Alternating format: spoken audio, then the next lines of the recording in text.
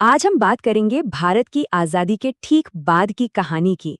एक ऐसी कहानी जो उम्मीदों से भरी थी, पर साथ ही साथ मुश्किलों का पहाड़ भी लेकर आई थी। तो इस सफर में हम देखेंगे कि आज़ादी के समय भारत के सामने कौन सी बड़ी समस्याएं मुंह बाए खड़ी थीं और उन चुनौतियों से निपटकर एक राष्ट्र बनाने के लिए क्या रास्ते अपनाए गए। तो चलिए कहानी शुरू करते हैं अगस्त 1947 से।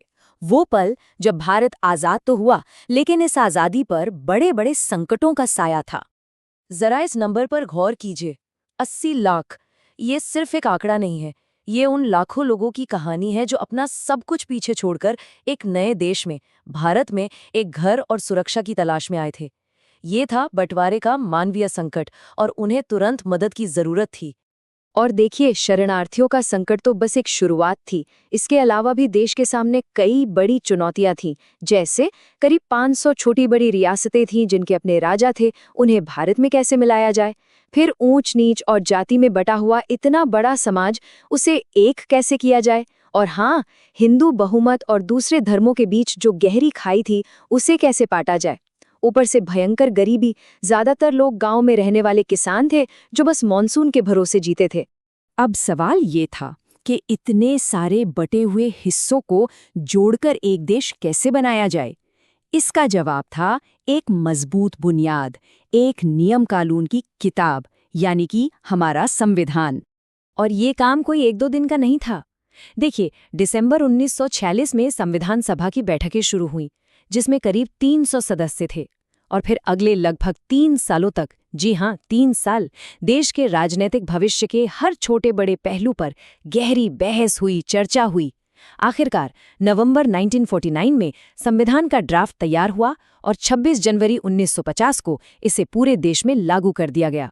संविधान की एक सबसे बड़ी और कह सकते हैं क्रांतिकारी बात थी सार्वभौमिक वयस्क मताधिकार। इसका मतलब था कि 21 साल से ज्यादा उम्र के हर भारतीय नागरिक को वोट देने का हक मिलेगा, चाहे वो महिला हो या पुरुष, अमीर हो या गरीब, पढ़ा लिखा हो या अनपढ़। उस जमाने में ये एक बहुत ही हिम्मत भरा फैसला था, जिसने भारत की लोकतांत्रिक नींव को बेहद मजबूत बनाया। संविधान ने एक और बहुत जरूरी गारंटी दी, कानून के सामने सब बराबर। ये उन सामाजिक भेदभाव और ऊंच नीच को खत्म करने की एक सीधी कोशिश थी जिसकी बात हमने पहले की थी। मतलब अब किसी की जाति या धर्म के आधार पर उसके साथ भेदभाव नहीं किया जा सकता था। सबको बराबर अधिकार और बराबर मौके मिलेंगे। अब देश तो बन गया, पर उसे चलाएगा कौन, केंद्र या राज्य? तो ताकत के इस संतुलन को बनाने के लिए संविधान में शक्तियों का बंटवारा किया गया। 3 लिस्ट बनाई गईं।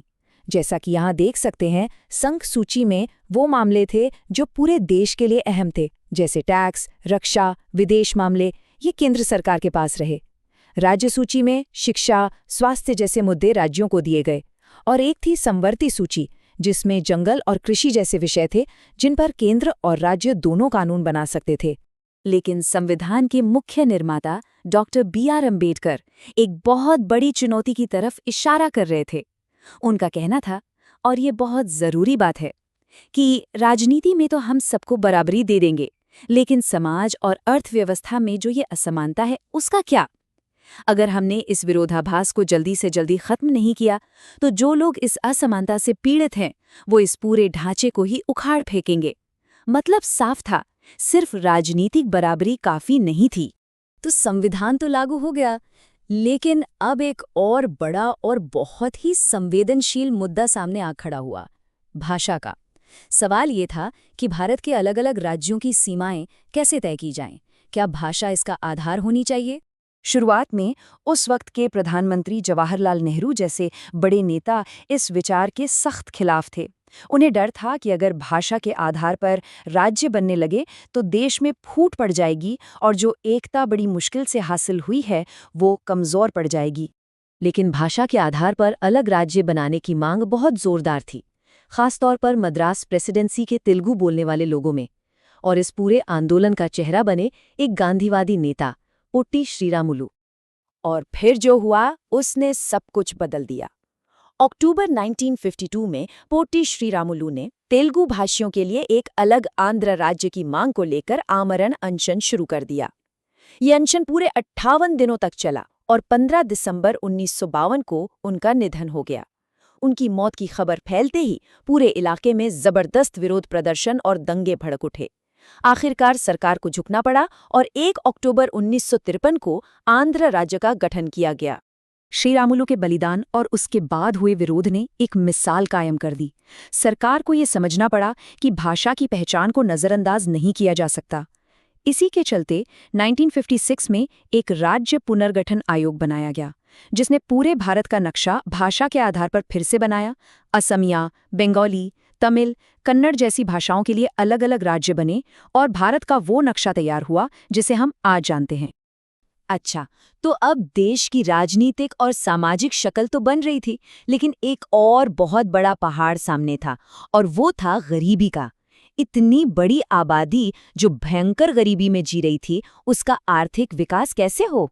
इसके लिए भारत ने एक अनोखा रास्ता चुना, मिक्स्ड इकोनॉमी या मिश्रित अर्थव्यवस्था का मॉडल। इसका मतलब था कि देश की तरक्की में सरकार और प्राइवेट सेक्टर दोनों मिलकर काम करेंगे, और इस पूरी प्लानिंग को दिशा देने के लिए 1950 में योजना आयोग यानी प्लानिंग कमीशन बनाया गया। योजना आयोग ने 5 वर्षीय योजनाओं के जरिए काम करना शुरू किया।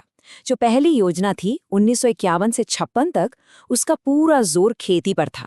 मकसद साफ था, देश को अनाज के मामले में आत्मनिर्भर बनाना और बंटवारे से आए शरणार्थियों को बसाना। लेकिन दूसरी योजना में, जो 1956 में शुरू हुई, पूरा फोकस ही बदल गया। अब जोर दिया गया भारी उद्योगों जैसे स्टील प्लांट बनाने और बड़े बड़े बांध बनाने पर, और ये सारे बड़े प्रोजेक्ट्स सरकार के कंट्रोल में थे। लेकिन ये जो भारी उद्योगों पर जोर दिया गया, इस पर काफी बहस हुई। जो इसके पक्ष में थे, उनका कहना था कि देश को लंबे समय में आत्मनिर्भर बनाने के लिए ये बहुत जरूरी है। वहीं जो इसकी आलोचना कर रहे थे, उनका मानना था कि इससे खेती पर ध्यान कम हो गया है, जिससे खाने की कमी का खतरा हो सकता है। कुछ लोगों ने ये भी कहा कि इस चक्कर में प्राइमरी एजुकेशन जैसी बुनियादी चीज़ों को नज़रअंदाज किया जा रहा है। तो दशकों तक इन बड़ी बड़ी चुनौतियों से जूझने के बाद सवाल ये उठता है कि आखिर भारत का ये जो प्रयोग था, वो कैसा रहा? जब भारत आज़ाद हुआ तो बाहर के कई जानकारों ने भविष्यवाणी की थी कि ये देश ज़्यादा दिन टिक नहीं पाएगा, बिखर जाएगा। तो चलिए आज़ादी के 60 साल बाद यानी 2007 के आसपास एक नज़र डालते हैं कि क्या भारत एक सफलता था या विफलता। इसका जवाब सीधा हाँ या ना में नहीं है। ये एक मिला जुला रिपोर्ट कार्ड है। सफलताओं की बात करें तो सारी भविष्यवाणियों के बावजूद देश एकजुट रहा, टूटा नहीं। एक लोकतंत्र बना रहा जहां प्रेस आज़ाद है, न्यायपालिका स्वतंत्र है, और इतनी भाषा और धर्म की विविधता के बावजूद राष्ट्रीय एकता कायम रही। लेकिन चुनौतियां भी कम नहीं थीं। दलितों और दूसरे समूहों के खिलाफ भेदभाव आज भी समाज में गहरी जड़ें जमाए हुए है। अमीर और गरीब के बीच की खाई लगातार बढ़ती गई और अलग अलग धर्मों के लोगों के बीच टकराव की घटनाएं भी होती रही। तो इन सब बातों को देखते हुए ये कहना शायद सबसे सही होगा कि भारत गणराज्य कोई बहुत बड़ी सफलता तो नहीं रहा है, लेकिन ये एक विफलता भी नहीं रहा है। ये एक ऐसी कहानी है, एक ऐसा सफ़र है जो आज भी चल रहा है।